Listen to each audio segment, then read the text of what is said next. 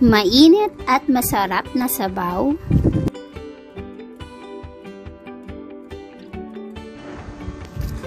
Mas maraming spring onion.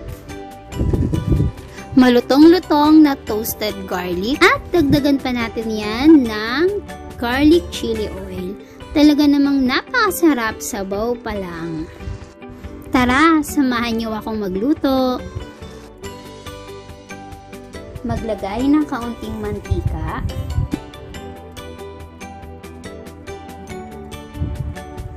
At kapag mainit na ang mantika, ay igisa na natin ang sibuyas at bawang.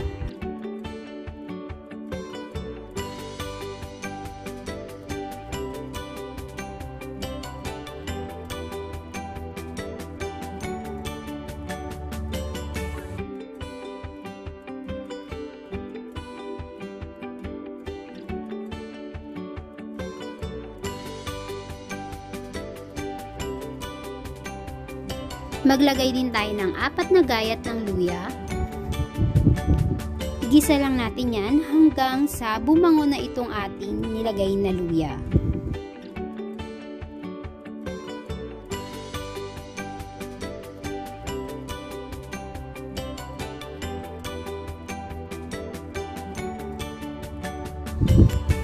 Pagkatapos ay magdagdag na tayo ng tubig. 1.5 liters yung aking inilagay na tubig. Timplahan na din natin to ng mga pampalasa gaya ng 1 piece ng beef cube, 30 grams ng oyster sauce,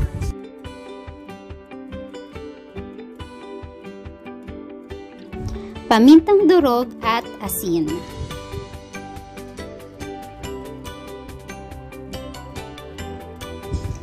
Hayaan lang natin yan hanggang sa kumulo itong ating pinakasabaw.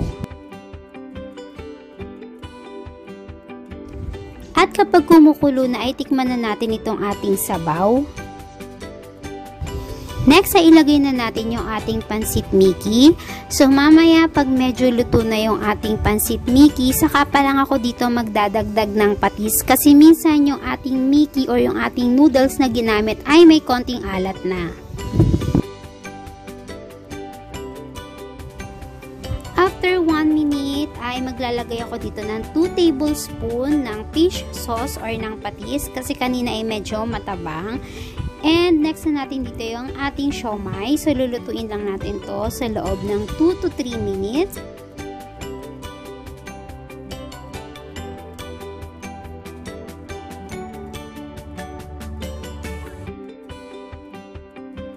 After 3 minutes ay luto na yung ating siomai. So ilagay na rin natin dito yung ating bok choy. So ibablanch lang natin yung bok choy. Huwag natin siyang i-overcook. Mas masarap kasi to kapag half cook lang.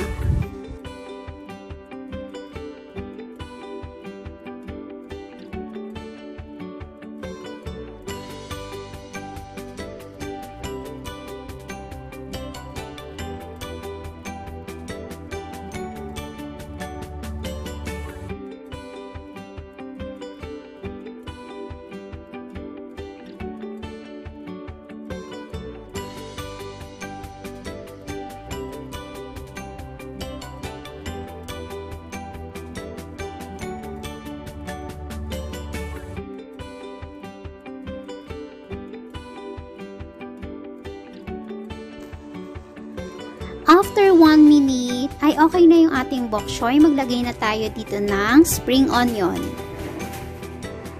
Luto na ang ating siomai noodles ala wonton soup sa sarap. Tara, mag-plating na tayo. Kapag na-arrange na natin yan sa ating plate, ay lagyan na natin yan ng napakasarap na sabaw.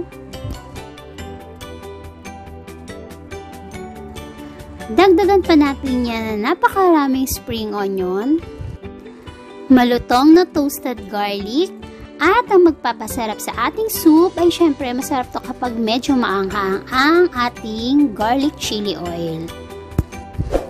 At kung nag-enjoy ka dito sa ating recipe for today, please don't forget to subscribe, like and pa-share na rin itong ating recipe and hit the notification bell para updated ka pa sa mga bagong video ko. Thank you for watching!